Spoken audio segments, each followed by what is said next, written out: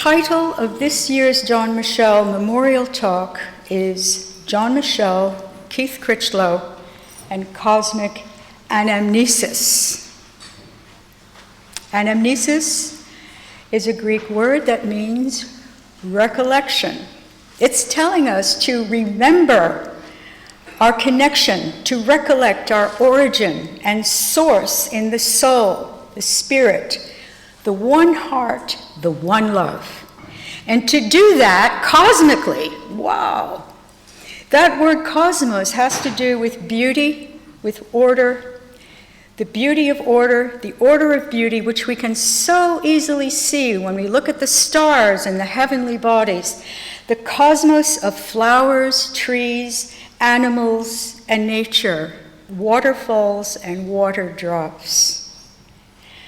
The cosmos is the embodiment of a language that has remained true since the dawn of creation. This is the language of form, of shape, of proportion, the ever-true language of geometry, of measure, and of number. John Michell and Keith Critchlow were close contemporaries, born within weeks of each other, and were both geometers, artists, and writers. And they were friends who shared mutual appreciation and mutual admiration. John dedicated his final book, How the World is Made, to Keith, a book that aims to summarize his life's researches. In that book, John Michell retells a story told by Socrates in a book by Plato. Here are his words. The square, the most solid and material of geometric shapes, was used by Socrates to demonstrate the most highly ineffable of his philosophical doctrines, the immortality of the soul. We have, he observed, certain innate forms of knowledge which can be drawn out or educated into our conscious minds. Knowledge, said Socrates, is recollection. The truths of number and geometry, for example, are within us, and we can either discover them for ourselves, or once they've been pointed out to us, we recognize them as old friends. If we've not been instructed in these things in this life, we must learn them, we must have learnt them in some other existence. In that case, there is an immortal element in our beings, the soul. That's the end of the quote by John from How the World is Made. And here's the same idea from Keith Critchlow writing in his book, The Hidden Geometry of Flowers. Plato talked of anamnesis, which was a sort of deep memory. This was based on Socrates' proposal that we've drunk of the waters of forgetfulness when we come into our incarnate state at birth, whereas previously as souls we had access to all knowledge. So from birth onwards, we relearn and are reminded of our intrinsic inner knowledge.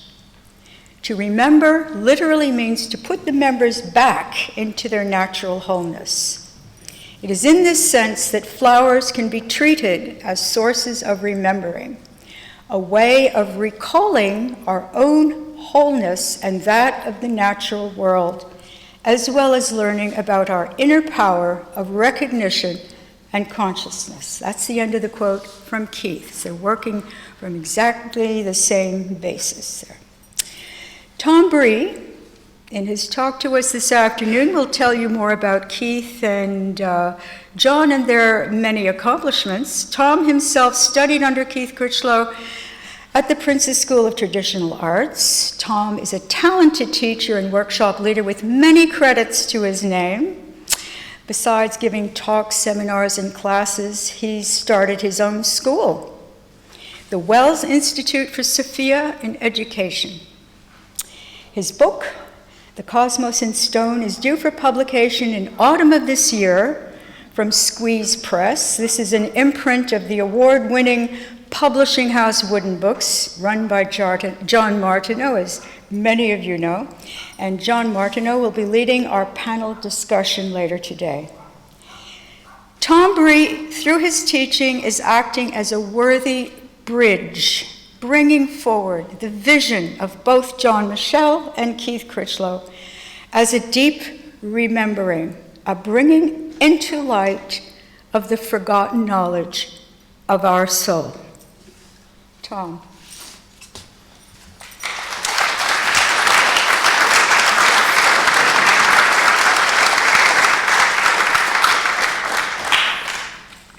So I'm going to be talking about these two great teachers. Keith Critchlow was someone who taught me at the Prince's Foundation School of Traditional Arts, and you can see him here with an image of Chartres Cathedral, which was one of the main studies that he did during his life. Now, he looked at the way that geometry was used in the cathedral design, but he also talked about it in relation to megaliths. Now, John Michell, who I'm sure you're all well aware of, and as Christine said, was a close contemporary of Keith. They were actually born in the same year, and I'll show the years that they were born in. That thing I forgot earlier will come back. I'll remember it at some point. Now, this is the way that I would describe what they were doing. It's the teaching of ancient mind in the modern world. And this particular way of seeing, this particular way of looking at the world around us, a particular way of looking at the cosmos, which have been lost. And so when we lose something, often something comes along, or perhaps someone comes along to help us remember it. And of course I've remembered what it was now. And the thing I forgot was actually the etymology of remembrance. Now, isn't that ironic? You just have to start talking and it all comes back. Now, you may have thought about this, or you may not have thought about this, but to remember, the opposite of to remember is, of course, to forget. But more correctly, in etymological terms, the opposite of to remember is to dismember. So to remember is to bring everything back together into a state of relationship. Now, this, you could say, is really what's missing in the modern world. We're individuals, all separate, when actually, in another sense, we're forgetting that as well as being these different facets of the one gem, we are the one gem. We are one through our relationship with one another. And this really is the key thing, I think, that both Keith and John taught in their work. And this importance of remembrance. And of course, how it comes through symbolism. This is another one of these words.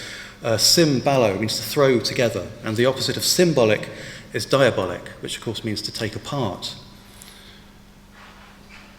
So the idea of bringing everything back into relationship so that we can see this image of unity, whereas the one itself is ultimately beyond our vision. But we see it through the world of multiplicity, all interacting as one.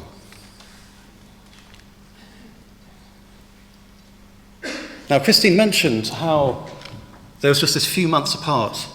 John Michell was born in February in 1933, and Keith was born the next month in March. They're about 35 days apart. So it was obviously a vintage year for geometers, as you can imagine. Now, as you can see, I've depicted John with his, I think, remarkable discovery. I'm still amazed by this discovery every time I look at it.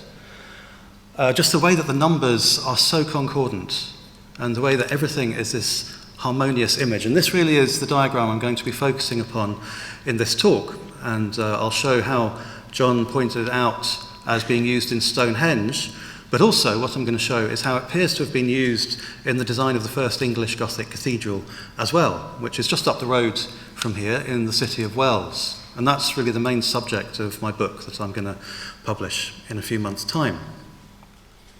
Now, Christine has already done a very good description of anamnesis, so I won't spend so long on that. Cosmos, as Christine said, it means order and adornment. So cosmetics and cosmos have the same etymological root. So in the sense of the cosmos being an external appearance by which something which is hidden becomes revealed. And so you could say that ultimately the reality is beyond our vision, but it takes on external form through the cosmos. And all of those numbers that we see in the cycles and the movements of planets, and indeed the spherical shape, this is all an image of something which is ultimately beyond our vision. The divine mind could be said to be always contemplating the eternal forms of number. but they become manifest through geometry, which of course means earth measure. Anamnesis, remembrance. So to remember ultimate reality, and it happens when you least expect it, when suddenly you remember yourself, you remember the whole, you remember the one.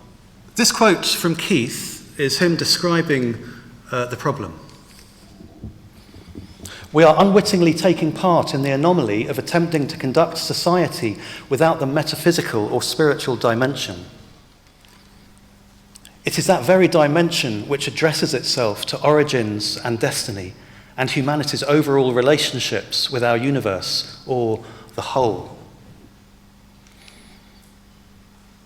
Now, in this quote from How the World is Made, John Michell, he mentions the problem but then talks about the oncoming solution. The present age is a time of uncertainty, of actual or impending chaos, and it is also a time of revelation. As a natural response to the inadequacies of the present world view, another mode of perception is spontaneously reappearing. It is the ancient and traditional outlook. Returning with it are the long-lost secrets of the esoteric code of science that sustained all ancient civilizations throughout their legendary golden ages. Now, as a geometer, inevitably, I'm going to begin with the circle, the ideal form, unity in terms of its visual appearance. The most comprehensive yet simple form for defining a sacred area is the circle. The circumference goes about a single central point, and so you have this multiplicitous image of the one, because of course the center of a circle is, mathematically speaking, actually beyond our vision. It's dimensionless, it has no body, yet we know it's there because of everything that comes forth from it. So everything comes from no thing in material terms. And so to draw a circle is, in a sense, to remember the one, to actually give yourself a visual image of unity, to remind yourself of that which has been forgotten.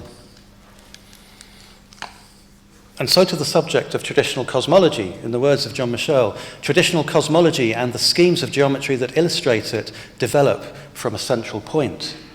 And so in this sense, everything that we see around us, all of the number relationships, are all issuing forth from this one single origin. But the reason why we can have any sort of recognition of it is because that origin could be said to be within each one of us. And so hence the importance of knowing thyself. Once the enclosing circle is completed, a unity is obtained. This reflects the unity of the original point. So even though a circle is one, or an image of the one, you can also say there's this two-ness, in the sense of there being the hidden center and the visible body of the circle. But as happens with any two-ness, there's also a third thing, which is of course the radius, and that has this very particular relationship with the circle, dividing it precisely into 6. Now, considering the significance of the circle, there's something particularly beautiful about the fact that each new day and the illumination of that day becomes possible through the emergence of a circle of light.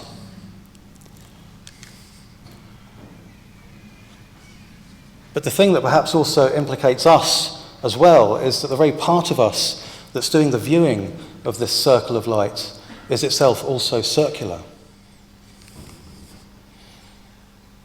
Now here's 2 modern scientific images of the retina and the sun, and there is this rather wonderful likeness between them. And this always reminds me of a quote by Plotinus, the philosopher. "Never did I see the sun unless it had first become sunlike. And never can the soul have vision of the first beauty unless it first be beautiful." And so hence the remembrance.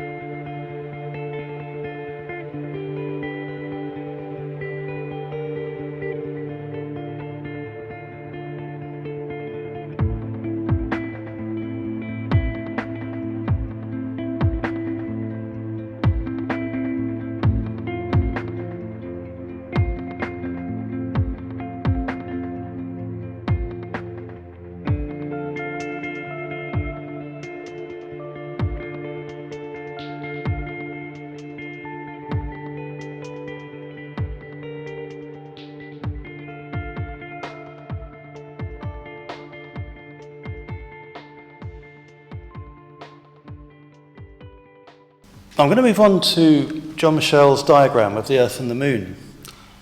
I want to show you a quote written by a medieval archbishop, Isidore of Seville. He was the Archbishop of Seville in around the 7th century.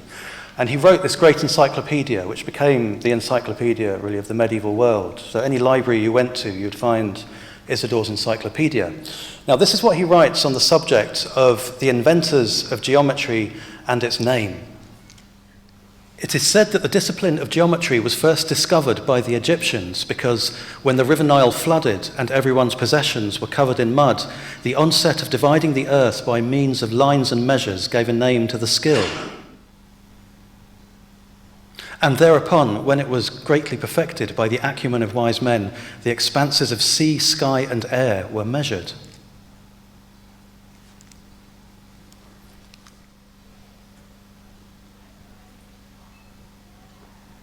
Stimulated by their zeal, these sages began, after they had measured the land, to inquire about the region of the sky, as to how far the moon is from the earth, and even the sun from the moon, and how great a distance there is to the pinnacle of the heavens.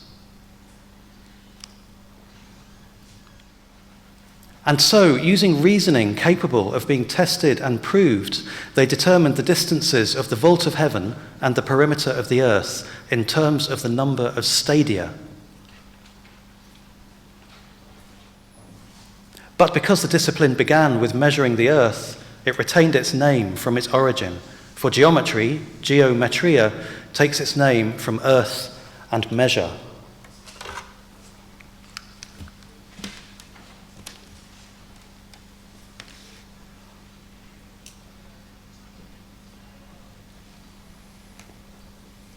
This is the relationship of size between Earth and Moon, which is 11:3. So some squares go around the circles, a circle or square with an edge of 11 and a square with an edge of 3. And in goes the pyramid triangle, a base of 11 and a height of 7.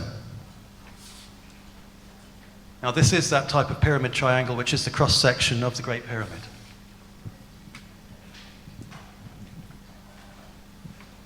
Here's a three-dimensional image of the pyramid, so you can see it's the cross-section. Rather than going from edge to edge, it goes through the middle of the pyramid.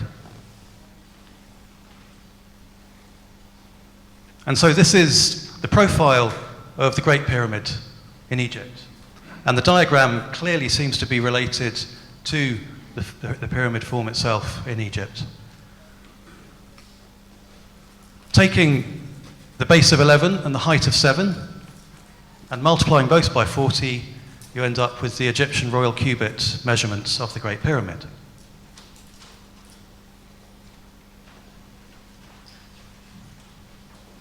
Now the next thing to go in is the circle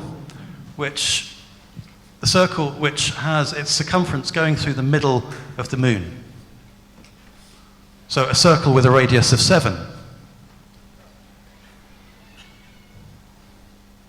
A circle with a radius of 7 obviously has a diameter of 14, and 14 multiplied by pi gives this number very close, but not quite, to 44.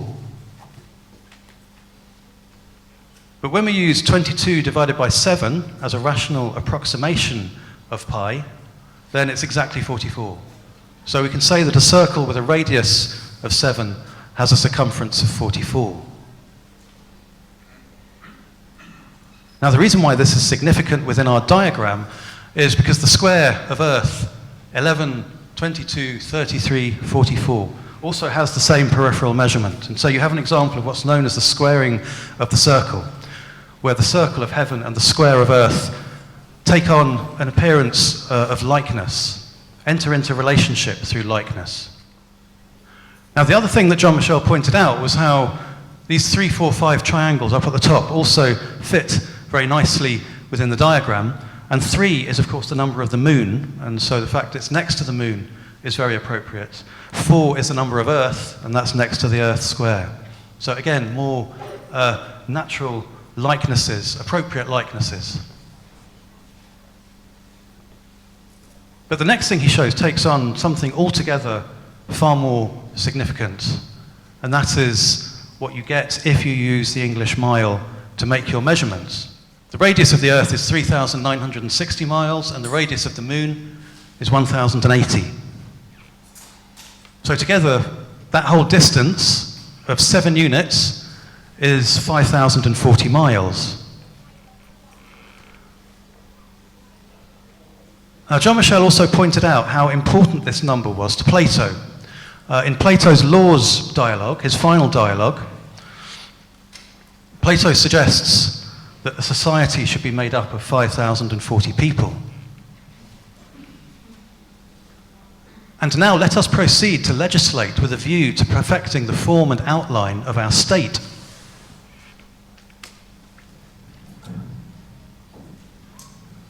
The number of our citizens shall be 5,040. This will be a convenient number. Let the whole number be first divided into 2 parts and then into 3, and then the number is further capable of being divided into 4 or 5 parts, or any number of parts up to 10. The number 5,040 can be divided by exactly 59 divisors, and 10 of these proceed without interval from 1 to 10. Now I'm going to show you an image of loads of numbers. Don't feel any pressure to read them at all.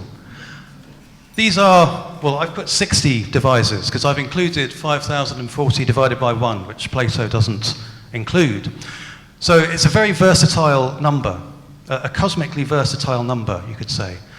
And so you can divide society up into lots and lots of different groups. So it's a very happy number for communal relationship.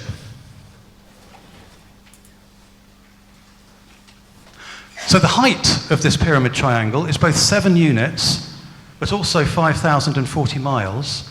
And those 2 numbers, John Michell shows, have this very interesting relationship with one another. Now, if we look up here, he showed that if you have what's called factorial 7, where you go from 1 to 7, multiplying, you get 5,040. But then if you go from 7 times 8 times 9 times 10, you also get 5,040.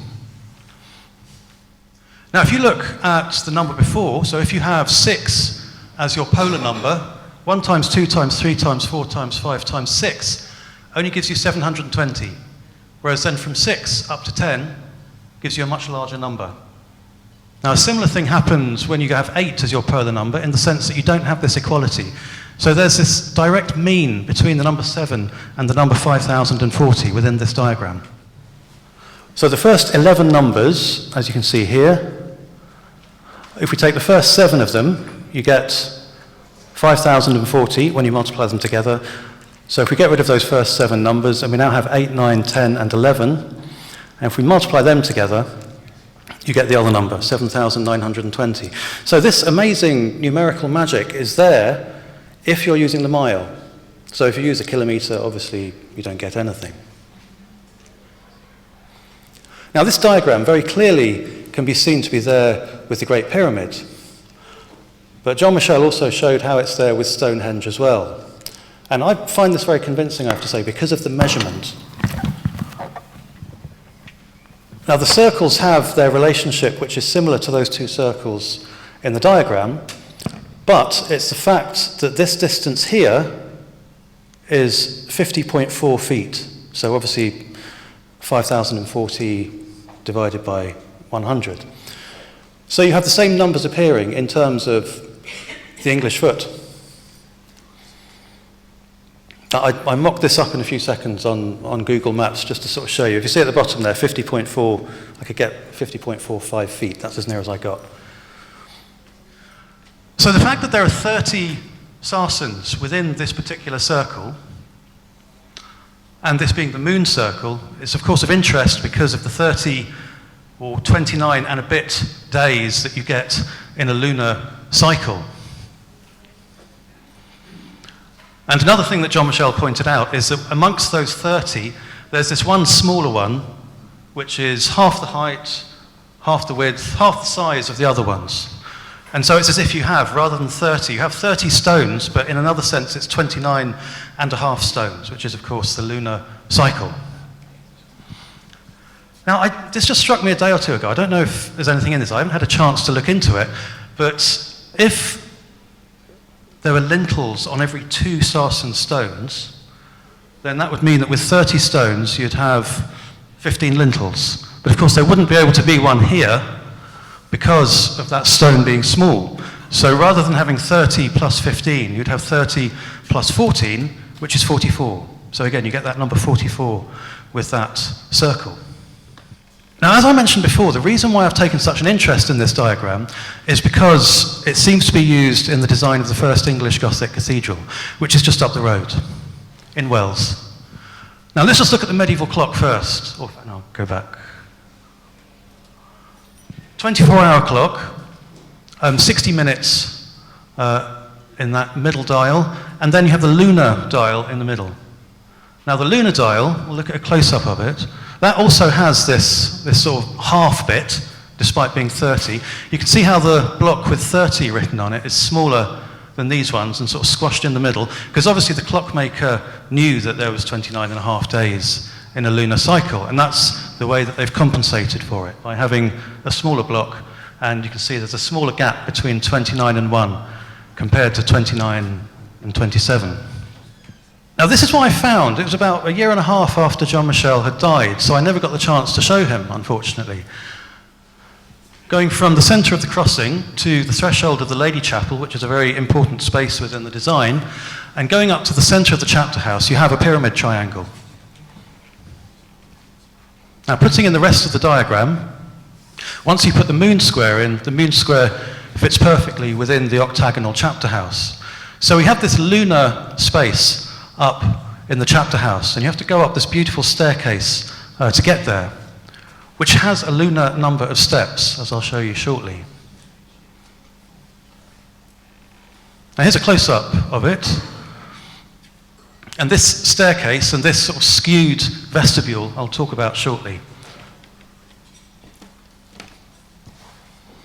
Now I thought I'd look at some other cathedrals just to see if it was going on anywhere else, and I did find 2 others that seem to also use the diagram. This is up in Sherwood Forest, Southwell Minster. It's a place with lots of very famous green men in the actual octagonal hall that we're looking at.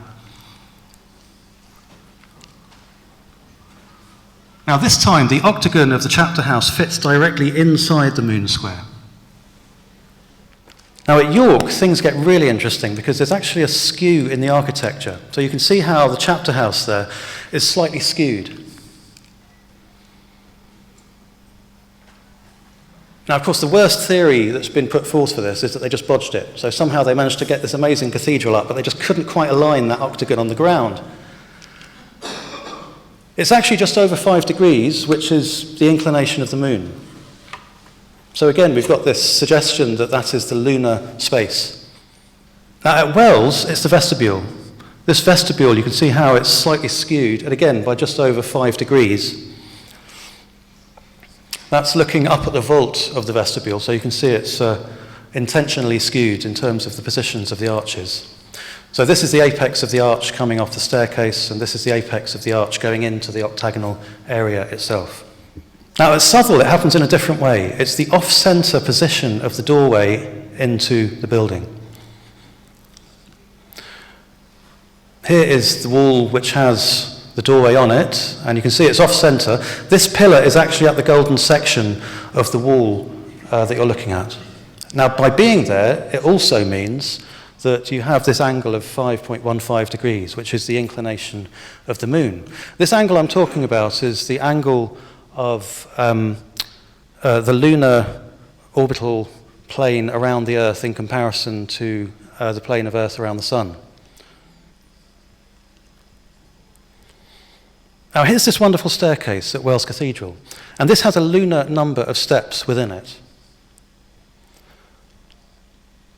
The sidereal month, as you're quite possibly aware, is just under 27 1/3 days, and the synodic month just over 29 1/2.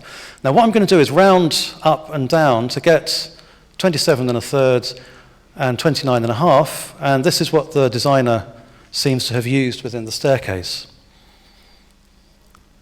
Now the staircase is there. So I'll get a close-up of that here. Now this staircase, it begins with a single step which is actually in the doorway. And so that is our part step. But the thing is, it actually embodies both half a step and 1/3 of a step at the same time. And I'll show you how that happens.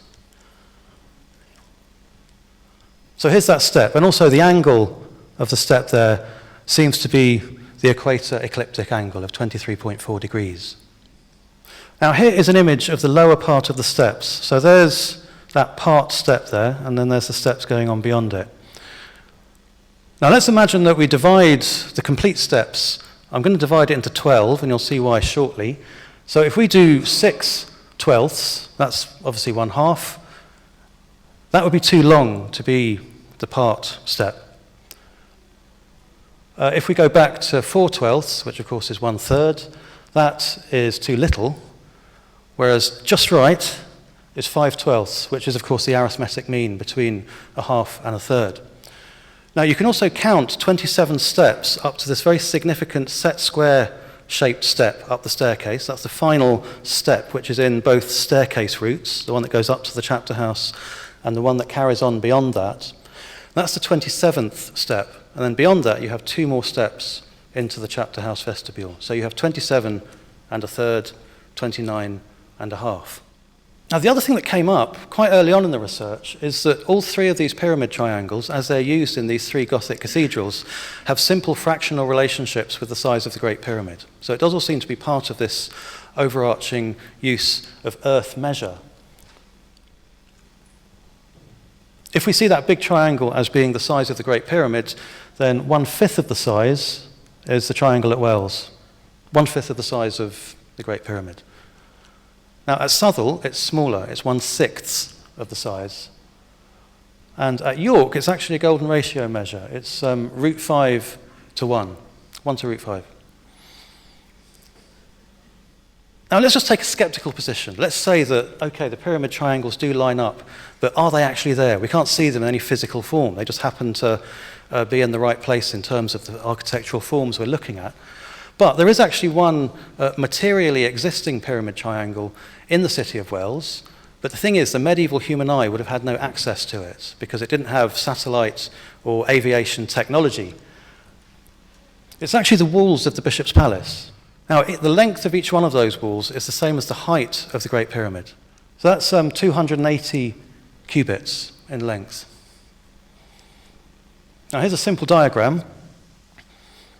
So if this is the height of the Great Pyramid, obviously we need to have a bigger triangle to get the Great Pyramid itself.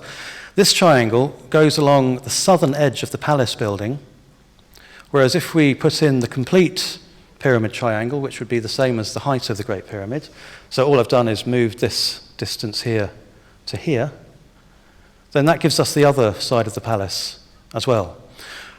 Now there is actually also an 11:3 relationship there as well in terms of the size of this to this. So we get that Earth-Moon ratio within this use of the pyramid triangle as well. But if we put in an equivalent opposite pyramid triangle, it goes right up to the center of the octagon shape in the Lady Chapel, up at the east end of the cathedral. And this is all very accurately measurable with satellite program. Right, the book plug, very briefly, before I just finish off. The cosmosinstone@gmail.com. If you write to that, then you can come onto the list for pre-ordering a book. And I'm about to send out the details for pre-ordering very soon.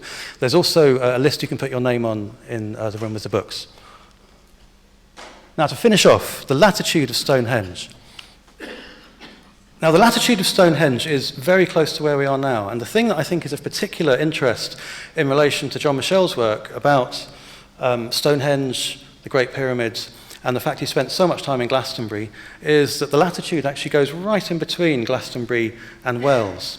And there's a local dragon legend about someone called Bishop Jocelyn, who is said to have fought a dragon back in the 1200s. It's part of the mythos of Wells. That land where Jocelyn lived is exactly where the Stonehenge latitude goes through. Now, what I've put in here is the baseline of Robin Heath's lunation triangle, so just going over to Lundy Island. Now, that latitude, if we look closer up, as you can see, goes right in between Wells and Glastonbury. So we are in that zone, and I still think there's a bit more going on with the latitude of Stonehenge that perhaps hasn't been discovered yet, but I don't know what it is. Now, finally, I might as well just mention the other place around here, around this latitude, which has a very significant pyramid within it, which is based on the design of the Great Pyramid. And that is, of course, the Glastonbury Festival, which is in the village of Pilton, which you're no doubt all well aware of. Now, this was built as 1/10 of the size of the Great Pyramid. So, as synchronicity would have it, that means it's exactly half the size of the pyramid triangle in Wells Cathedral. I'll have to tell Michael Eavis, because he went to the Wells Cathedral School. Now, I'll finish off with a quote from Andrew Kerr, because he mentions John Michell and Keith Critchlow. Andrew Kerr was the person who was very influenced by John Michell's work and why there is a pyramid stage. So the pyramid stage is directly from John Michell's research. And here's a quote from something that Andrew Kerr wrote just after the festival in 71. Sacred geometry is to do with the measurements of the universe. The Great Pyramid, Stonehenge, the Glastonbury Zodiac, all the stone circles and megalithic structures in the world are built according to sacred geometry. The Freemasons who built the ancient churches guarded those secrets until they became obscured by establishment ritual and archaeological arrogance. These secrets are gradually being unearthed by divinely inspired men like John Michell, Keith Critchlow, and Nosher, and many others. Nosher is John Neal, I assume you probably know. And this, I think, is really the key thing that I want to emphasize, what I want to end with. These secrets are being blown wide open to enable man to regain his place in the universe as a part of it, rather than a species alien to it. And this is surely anamnesis. Thanks for listening.